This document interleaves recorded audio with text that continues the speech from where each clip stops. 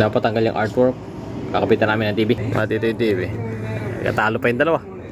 Wala daw yung utak nagpapagawa.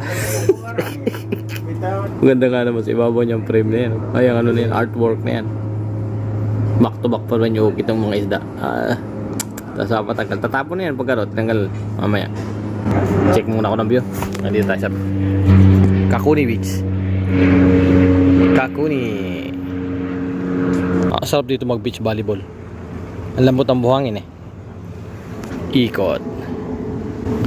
Sheraton Maldives. Ano tayo sa Maldives? Itanggal itong ano, artwork. Kiki si Raj.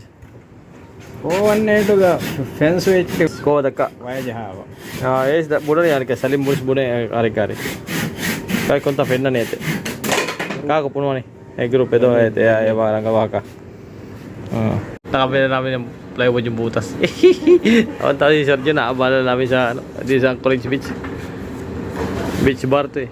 Ayan, naabala na namin. Nagsaset up yan dyan. May gisa nga dumating kanina, pero hindi niya mabigyan ng serve.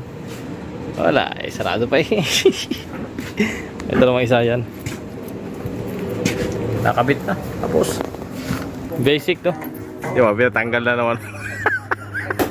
Apple tarang kahoy, pare wala yan, TNG. Plywood kasi nakalagay dati. Ang inis. Ito yung nalagyan lang, TNG. Magkakulay na.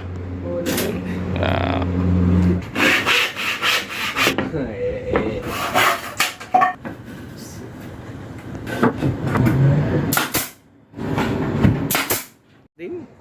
Natapos din. Oh, mas magandang tingnan ngayon. Hey, don't take that picture.